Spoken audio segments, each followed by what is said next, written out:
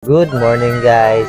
Ito, araw na naman ng Martes ngayon guys at kailangan natin magbilang ng ating paninda kasi sa tingin ko pakunti ng pakunti yung ating mga paninda ngayon dahil marami tayong gastos, dumaan ng Pasko, dumaan ng New Year at dito rin tayo nakakuha ng ibang pinanghanda natin.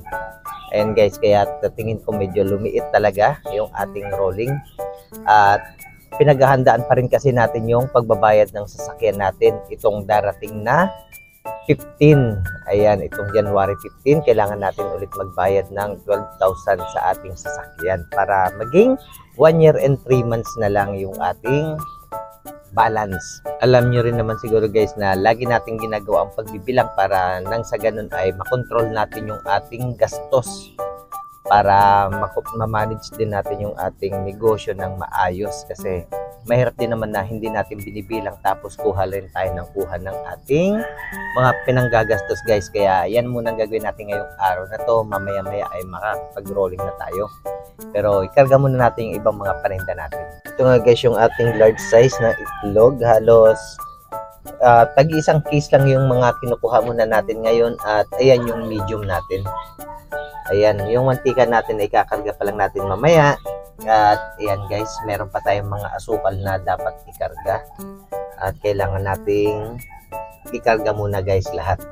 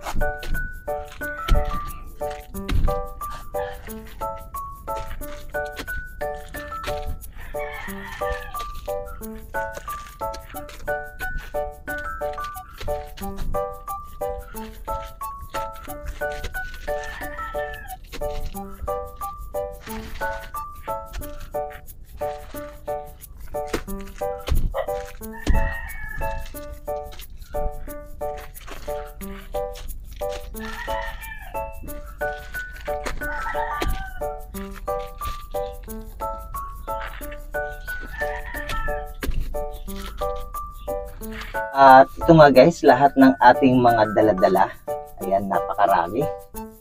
Ang asukal natin ay halos nasa 2 sako yung dala natin na wash sugar guys. Ayan, nasa 395, 5 na lang para magdadalawang sako na siya. 395 dapat 400 para 2 sako. Ayan guys. At kompleto na, ready na naman yung ating rolling guys. Ayan, marami, kahit puting asukal natin, marami tayong dala. Nasa isang sako din yan, 200 pieces. Ready na rin yung bagoong natin. Yung ating asin, ayan, ito yung asin natin, marami pa sa silong. Kasi para mabilis yung bilangan natin pagka nag-inventory tayo. Ito ay 130 pieces. At ito naman guys ay yung butal niya. Ayan. At sa asin natin, ayan, marami pa rin yung dala natin hanggang sa silong. Ayan, sa kabila.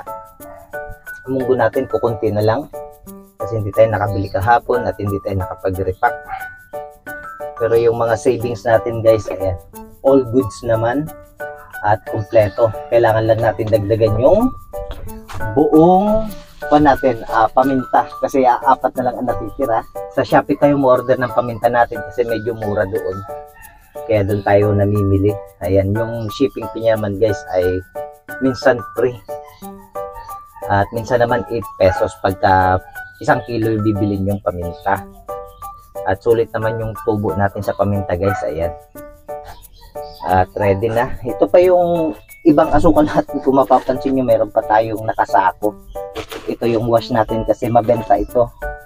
At minsan naman kasi naubusan din tayo, kaya dinadagdagan na natin yung dinadala natin kahit nabibigatan na yung sasakyan natin guys. Kung sa kulong-kulong natin isasakay ito guys ay kulang na kulang ito. Ayan, at saka sobrang bigat ng dala natin kaya hindi na talaga pwede sa kulong-kulong. Dati noon inaayos ko lang yung space sa kulong-kulong para maidala natin lahat. At ngayon ay ito, malaki na yung space natin at marami na tayong madadala. Ayan, sa mantika kasi natin ay halos ito, sakto lang ito sa ating mga customer. Kasi sa totoo lang medyo tataas ang mantika na naman ngayon guys. Ayan, at kikwentahin natin ngayon yung ating laman ng ating rolling. Ito na nga pala lahat ng ating laman ng rolling kasi kailangan natin mag-ayos nito at magbabayad na naman tayo ng sasakyan itong 15 ng January. Ayan. At ito nga guys yung nabilang natin sa ating rolling. Umabot pa rin tayo ng ayan, halos nasa 31,000 yung ating laman ng rolling natin guys.